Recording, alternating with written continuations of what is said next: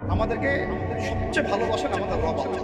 সত্যিকারের ভালোবাসার ডেফিনেশনটা হচ্ছে যে আপনি নিঃস্বার্থভাবে কাউকে ভালোবাসেন।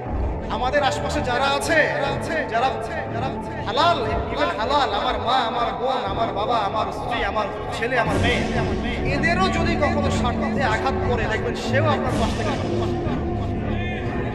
এমন হয়নি কখনো?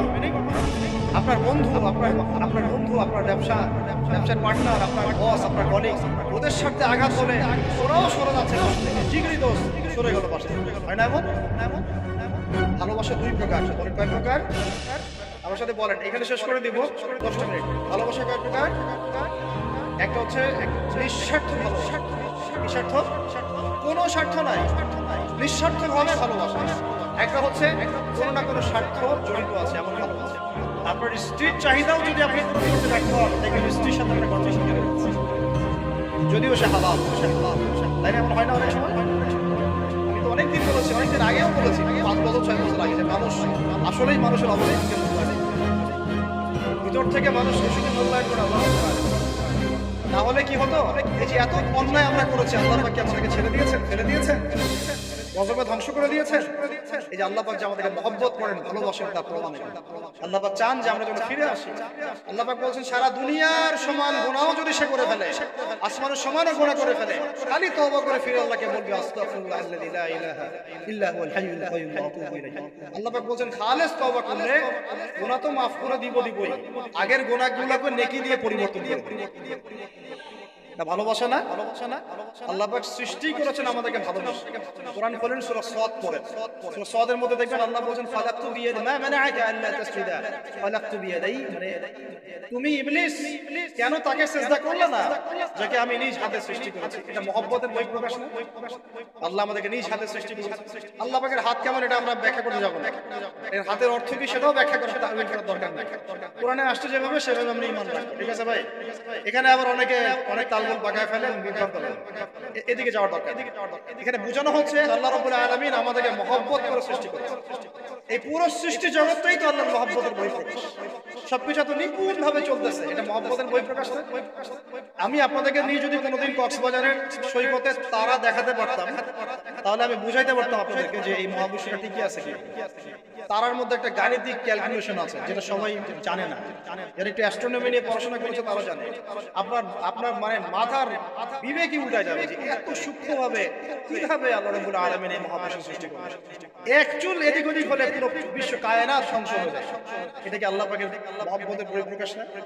আল্লাহ পাক তো বরং বলেছেন পুরো সৃষ্টি পরিবারটাই আল্লাহর পরিবারের অন্তর্গত। এমনকি আল্লাহ পাক আমাদেরকে বলেছেন, তোমরা জমিনবাসীর সবার উপর রহম করো। ইরহামু মান ফিল আরদ ইয়ারহামুকুম মান ফিস সামা। তোমরা সবার উপর রহম করো, দয়া করো। দয়া, রহম, এটা তো মহব্বতের একটা অংশ। তোমরা সবার উপর দয়া করো, রহম করো, মহব্বত করো। এটা কি হবে? তাহলে আল্লাহ পাক আসমানে যিনি আছেন, আল্লাহ পাক তোমাদের উপর রহম করবে। আমরা সেই মহান সত্তার ভালোবাসার থেকে বের হয়ে হারাম এই যৌন ভালোবাসার দিকে যাওয়ার চেষ্টা করছি। আসলে এটা ভালোবাসা না, যৌনতা। এর দিকে যাওয়ার জন্য এইসব করছি। আল্লাহ পাক আমাদেরকে মাফ করে যেন হেদায়েত দান করেন। আল্লাহ পাক কত ভালোবাসেন এটা নিয়ে বলতে গেলে আজকে রাত শেষ হবে। দেখেন, আল্লাহ রাব্বুল আলামিন আদম আলাইহিস সালামকে সৃষ্টি করেছেন, করে সমস্ত নাম শিক্ষা দিয়েছেন। নাম মানে হলো ইলম। নাম মানে কি? ভালো না বাসলে আল্লাহ পাক কাউকে সবচেয়ে সেরা কিছু দান করেন। সূরা 3 আল্লাহ পাক কি বলেছেন? তিন ওয়া যাইতুন, একটু শপথ করে, লাকাদ খালাকনাল ইনসানা ফি আহসানি তাকওয়িম। মানুষকে সবচেয়ে শ্রেষ্ঠ কাঠামো আল্লাহ পাক দিয়েছেন। দেন নাই? কাউকে যদি মহব্বত না করা হয়, তাকে আপনি সবচেয়ে সেরাটা কি দিতে পারবেন? আল্লাহ পাক আমাদেরকে মহব্বত করেন, ভালোবাসেন, এবং আল্লাহ চান আমরাও যেন তাকে মহব্বত করি, তাকে ভালোবাসি। এবং আমরা যদি কাউকে ভালোবাসি, আল্লাহর জন্য ভালোবাসি। কাউকে ঘৃণা করি, আল্লাহর জন্য ঘৃণা করি। মহব্বত আল্লাহর জন্য, ঘৃণাও কার জন্য? আল্লাহর জন্য। আল্লাহ পাক সমস্ত ইলম শিক্ষা দিলেন। এটা কি ভালোবাসার বহিঃপ্রকাশ না? নূহ আলাইহিস সালামের কওম দীর্ঘদিন আল্লাহর কথা শুনে না। আল্লাহ পাক সবর করলেন, ধৈর্য ধরলেন, গজব দিলেন না, শেষ পর্যায়ে গিয়ে আযাব দিয়েছেন। এই যে আল্লাহ পাক সুযোগ দেন, সময় দেন, এটা কি আল্লাহ পাকের ভালোবাসা, দয়া না? এরকম প্রত্যেকটা কওমের ক্ষেত্রে হয়েছে। আমি তো ফিল করলাম এই ভালোবাসা নিয়ে ঘাটাঘাটি করতে গিয়ে যে আসলে আল্লাহ পাক যে আমাদেরকে সবচেয়ে বেশি মহব্বত করেন তার সবচেয়ে বড় নিদর্শন কি জানেন? আমাদের কাছে আল্লাহ রাব্বুল আলামিন আল কোরআনের মধ্যে কিতাব নাযিল করেছেন, আর আমাদেরকে আল্লাহ পাক নবী মুহাম্মদ সাল্লাল্লাহু আলাইহি ওয়াসাল্লামের উম্মত বানিয়েছেন। আল্লাহ পাক যে নবী মুহাম্মদ সাল্লাল্লাহু আলাইহি ওয়াসাল্লামকে এই দুনিয়াতে পাঠিয়েছেন না, এটাই সবচেয়ে বড় মহব্বত, সবচেয়ে বড় রহমত। কারণ তার সুন্নতে এমন কিছু নাই যেটা আপনি খুঁজে পাবেন না। আর তিনি আমাদেরকে যে মহব্বত করতেন, মুহাম্মদ সাল্লাল্লাহু আলাইহি ওয়াসাল্লাম আমাদেরকে যে মহব্বত করতেন, তিনি আমাদেরকে বলতেন যে আমরা তার ভাই। আমরা তার কি ভাই? মানে কি মায়ের পেটের ভাই? এটা বোঝানো হয়। একটা হাদিসে তিনি বলেছেন আমি তো পিতৃতুল্য। তার মানে কি সত্যি সত্যি বাবা সন্তানের সম্পর্ক? রুহানি পিতা। তিনি কি ইমাম নন? তিনি ইমাম, তিনি নেতা, তিনি আমাদের শিক্ষক, তিনি নবী। তিনি আমাদেরকে যে মহব্বত করতেন, তিনি একদিন বলছিলেন সাহাবীদের সামনে, কাশ আমি যদি আমার ভাইদেরকে দেখতে পেতাম। সাহাবীরা বলছেন ইয়া রাসূলুল্লাহ আমরা কি আপনার ভাই না? তখন নবীজি বলছেন না, তোমরা আমার সাহাবী। আমার ভাই তারা যারা আমাকে না দেখেই আমার প্রতি ঈমান নিয়ে আসে। প্রত্যেক নবীকে আল্লাহ পাক একটা দোয়া করার চান্স দেন। কয়টা ভাই? এমন একটা দোয়া যেটা করলে আল্লাহ পাক কবুল করবেনই করবেন। করলে আল্লাহ পাক কি করবেন? অবশ্যই কবুল করবেন। নবী সাল্লাল্লাহু আলাইহি ওয়াসাল্লাম বলেন যে সমস্ত নবী এই দোয়াটা পৃথিবীতে করে ফেলেছে। আমি এই দোয়াটাকে মুলতবি রেখেছি যে কাল কিয়ামতের মাঠে আমি আমার উম্মতের জন্য সুপারিশ করব। এবং নবী সাল্লাল্লাহু আলাইহি ওয়াসাল্লামের সুপারিশে বহু কবিরা গুনাহগার মুসলমান যারা জাহান্নামের ফয়সালা হয়ে গেছে তাদেরকে আল্লাহ পাক কিছুটা শাস্তি ভোগ করালে হলেও আবার জান্নাতে নিয়ে যাবেন। তিনি আমাদেরকে মহব্বত করেন না? করতেন না? চিন্তা করেন তাহলে আমরা তার দিনকে কি মহব্বত করি? আমরা তার হুকুম হাকামের বিধিবিধান সুন্নতের কি মহব্বত করি? চিন্তা করেন। একটা হাদিসে নবীজি স্পষ্ট করে বলছেন এটা আমাদের জন্য একটা পুষ্টি পাথর। এটা একটা কি পুষ্টি পাথর। তিনি বলছেন লা ইউমিনু আহাদুকুম, তোমাদের মধ্যে কেউ মুমিন হইতে পারবে না। মানে প্রকৃত মুমিন হইতেই পারবে না তোমরা। এ আমার উম্মত তোমাদের মধ্যে কেউ প্রকৃত মুমিন হইতেই পারবে না যতক্ষণ না হাত্তা আকুনা আহাব্বা ইলাইহি মিন ওয়ালিদিহি ওয়ালাদিহি ওয়ান নাসি আজমাইন, যতক্ষণ না আমি মুহাম্মদ সাল্লাল্লাহু আলাইহি ওয়াসাল্লাম তোমাদের কাছে নিজের কি সন্তান, নিজের বাবা মা এবং সমস্ত মানব জাতির থেকে বেশি প্রিয় না।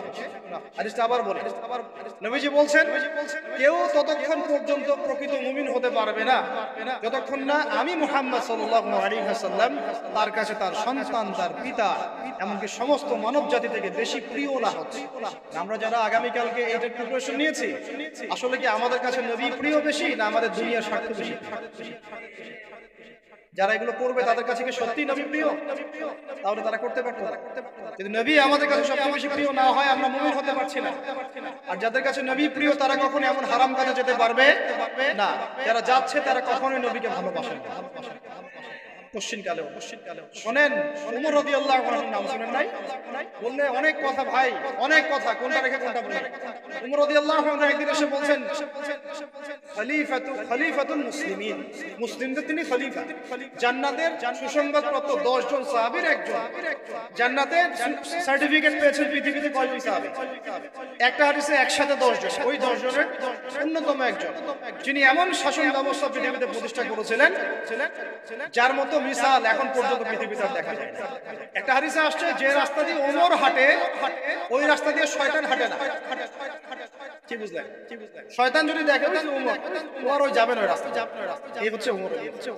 আমার পরে কোনো নবী নাই। নবীজি বলেছেন আমার পরে কোনো নবী নাই। লা নবী বাদে, আমার পরে কোনো নবী নাই। যদি হতো তাহলে ওমর, যদি হতো তাহলে ওমর। অন্য একটা হাদিসে আসছে আমার পরে কোনো নবী নাই, তবে তুমি আমার, এটা অন্য সাহাবী সম্পর্কে, আলী ইবনে আবি তালিব সম্পর্কে, তুমি আমার জীবনে তেমন মূসার জীবনে হারুন ছিল যেমন। এটা হচ্ছে আলী ইবনে আবি তালিব।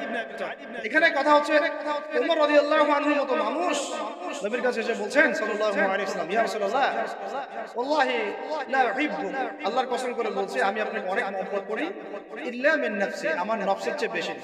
মানে আমি আমার জানের চাইতে আপনাকে বেশি মহব্বত করি। কথা কি বুঝতে পারতেন কি? না আমি আপনাকে অনেক মহব্বত করি, ইয়া রাসূলুল্লাহ সবকিছু থেকে বেশি মহব্বত করি, কিন্তু আমার নিজের জানের চেয়ে বেশি। নবী সাল্লাল্লাহু আলাইহি ওয়াসাল্লাম বলেন, লা ইয়া উমর, এখনো মুমিন হওনি। কাকে বলছেন? কাকে বলছেন? জান্নাতের সার্টিফিকেট প্রাপ্ত একজন মানুষকে, লা ইয়া উমর, এখনো হওনি। তখন নবী সাল্লাল্লাহু আলাইহি ওয়াসাল্লামকে তিনি একটু পরে আবার বলছেন, ইয়া রাসূলুল্লাহ ওয়াল্লাহি আলান, এখন লা হাব্বা ইলাইয়া মিন কুল্লি শাই হাত্তা মিন নাফসি, এখন থেকে আপনি আমার কাছে সবচেয়ে বেশি প্রিয় সবকিছু থেকে, এমনকি আমার নফসের থেকেও বেশি প্রিয়। তখন নবীজি বলেন, আলান ইয়া উমর, এখন উমর, এখন তুমি মুমিন। তাহলে